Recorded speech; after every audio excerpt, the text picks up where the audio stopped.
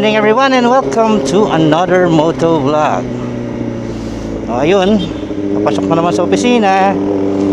And bago pumasok, konting kwentuhan lang. No.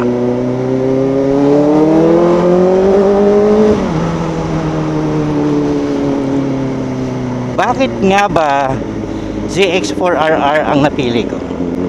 Sa dinami-dami ng mga big bikes dyan, bakit ZX4RR? Well,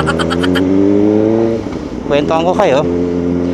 Nung pinayagan ako ng misis ko na bumili ng big bike, hindi naman kagad ZX4RR ang nasa isip ko. Wala pang ZX4RR nun. Ang pinakakatignan ko at that time, ano ba yung kaya kong dalhin? Diba? Seat height ang isa sa tinignan ko. Number 1, seat height. Number 2, yung weight. Kasi baka hindi ko kaya ko 5'3" and a half. No? Based dun sa last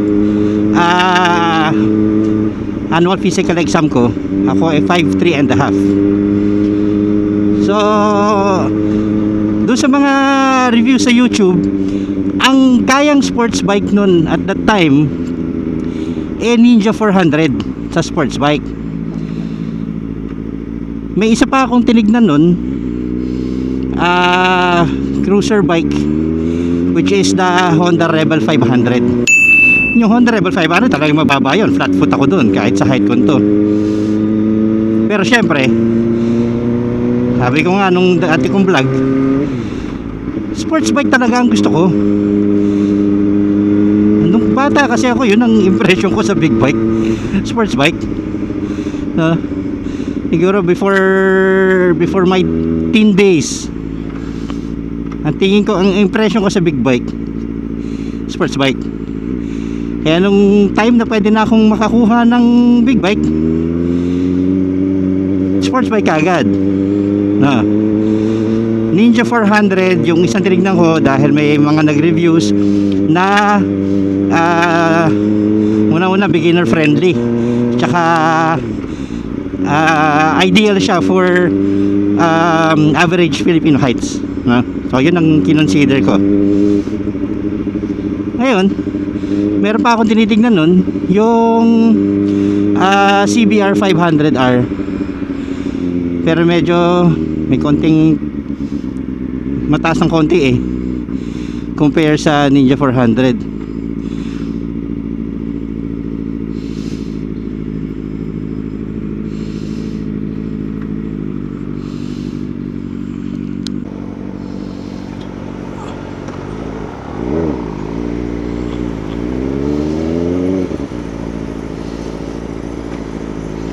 Well, actually may makina moto show noon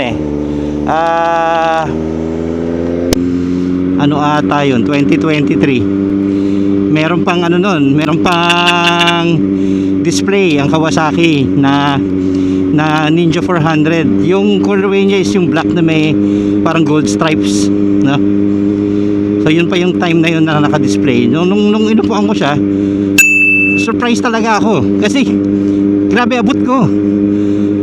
So talagang decided ako noon na ang kukunin ko is Ninja 400. Now ano ata yun, 2021 na makina moto show. Decided na ako noon na kukunin ko talaga Ninja 400 kasi kaya ko in terms of yung seat height niya. Ngayon, nung before 2023, lumabas nga yung concept nung ZX4RR. Grabe, ang ganda ng reviews, diba? I mean, compare naman sa mga nakakaalam, compare naman ng ZX4RR sa Ninja 400, malayo.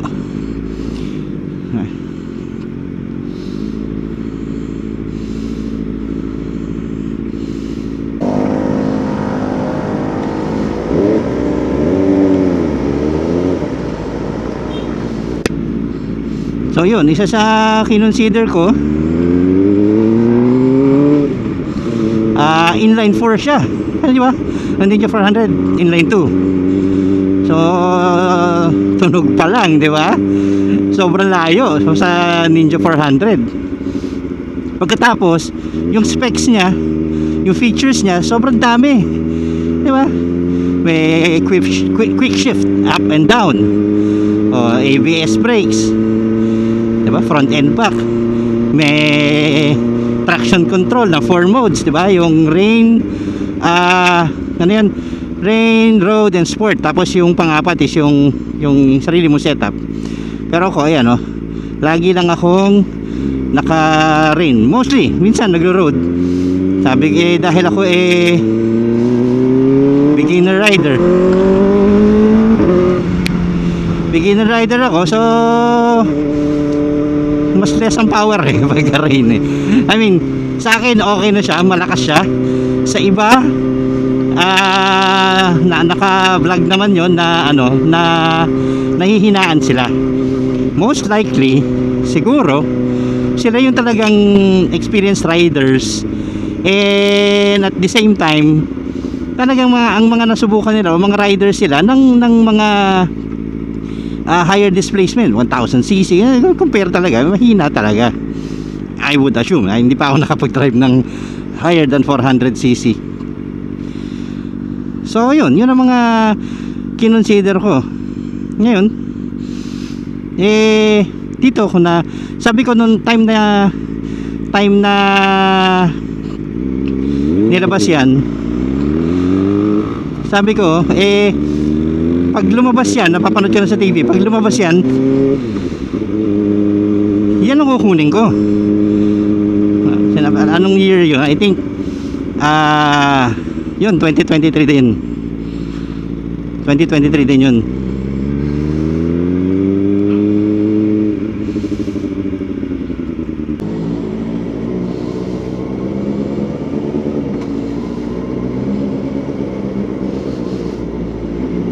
O yun, dito na tayo sa parking. Bilis ng biyahe sa umaga.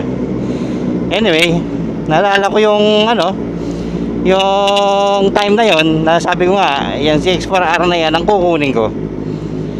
Sabi ng misis ko, magkano na ba naipon mo? Sabi niya. So, binanggit ko, magkano naipon ko? Medyo sobrang layo pa. Sabi niya, kaya kung ba makukuha yan? Sabi ko, talagang ganun yan lang naipon ko Sige, tutulungan kita. Yun ang sinabi niya, di ba? Supportive. Sana all. Ayun na nga. Nakuha tong CX4R. Honestly, nung tinignan ko na to, umabot pa ng 2 weeks bago talaga ako nakapag fully decide na kukunin ko.